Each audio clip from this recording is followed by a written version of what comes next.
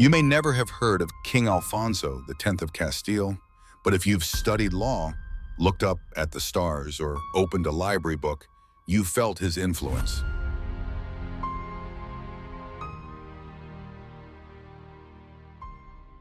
Alfonso was born in 1221 in the Kingdom of Castile, part of what is now Spain. The son of King Ferdinand III and Elizabeth of Hohenstaufen, he was royal by blood but scholarly by nature.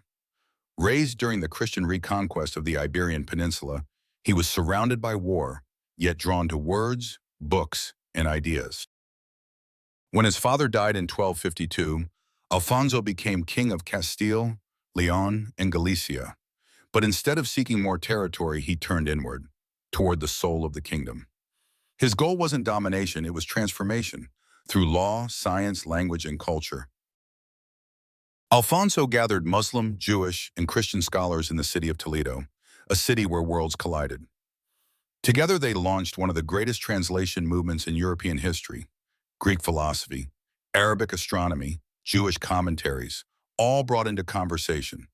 This wasn't just cultural exchange, it was a rebirth of ancient knowledge. His scholars produced the Alphonsine tables, astronomical charts so precise they were used for centuries, even by Copernicus. Alfonso didn't just want to shape the mind, he wanted to reform the law. His Siete Partidas was a bold move, a legal code written not in Latin but in Castilian, the people's tongue. It emphasized justice, responsibility, even the limits of royal power. Though never fully adopted in his lifetime, it became the legal foundation for Spain and reached the Americas with colonists centuries later. Alfonso was also a lover of music and poetry. His court composed over 400 songs in the Cantigas de Santa Maria, devotional but deeply human. They're among the richest sources of medieval music and daily life we have. But Alfonso's reign wasn't without conflict. He aspired to become Holy Roman Emperor, a bid that drained his treasury and made enemies at home. Later, civil war erupted between Alfonso and his own son, Sancho. By the time he died in 1284, Alfonso was politically isolated, many of his reforms unfinished. But here's the thing, Alfonso's legacy outlasted all the kings who came after. His legal code influenced Spanish and Latin American law. His translations sparked the European Renaissance. His music survives in UNESCO archives, and his vision of a kingdom bound by ideas, not borders, feels surprisingly modern. Alfonso X never won great battles, but he helped win back the light of knowledge. He reminds us that not all kings wear armor. Some wear ink-stained sleeves, and some legacies are written not in blood, but on parchment. Today, traces of Alfonso's influence are everywhere if you know where to look. His legal code, the Siete Partidas, written in the everyday language of his people, became the backbone of Spanish civil law. When Spanish colonists crossed the Atlantic, they brought that code with them, embedding its principles in the early legal systems of Latin America and even the American Southwest. Centuries later, U.S. courts in states like Texas and Louisiana would cite Alfonso's laws in legal decisions, a medieval king's hand reaching into modern jurisprudence.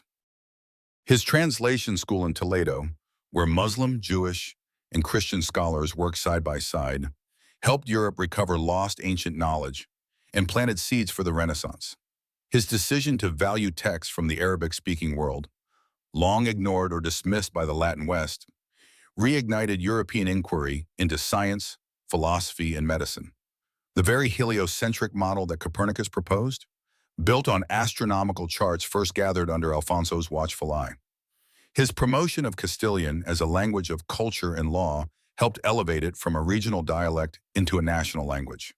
Today, over 500 million people speak Spanish worldwide. Alfonso was one of its earliest champions. And then there's his music, the Cantigas de Santa Maria. These aren't dusty relics, they're living voices of the medieval world, preserved in manuscripts and performed today by musicians around the globe. They offer us not just melodies, but windows into medieval humor, devotion, and daily life. But perhaps Alfonso's greatest achievement was something more abstract. In a world torn by religious conflict and political violence, he imagined a different kind of power, one that ruled not by fear, but by reason. A court where books mattered more than armies, where the king listened to scholars as often as he gave orders, where knowledge, regardless of where it came from, was treated as sacred. He wasn't a perfect ruler. He made political missteps. He lost wars. His own son rebelled against him. But Alfonso X wasn't trying to be a conqueror. He was trying to build a kingdom of the mind. And in many ways, he succeeded. Not in his lifetime, but in ours. So the next time you look up at the stars, walk into a library, or hear the echo of justice in your own legal system, remember the king whose crown was curiosity, Alfonso X El Sabio, the Wise, the king who ruled with ideas.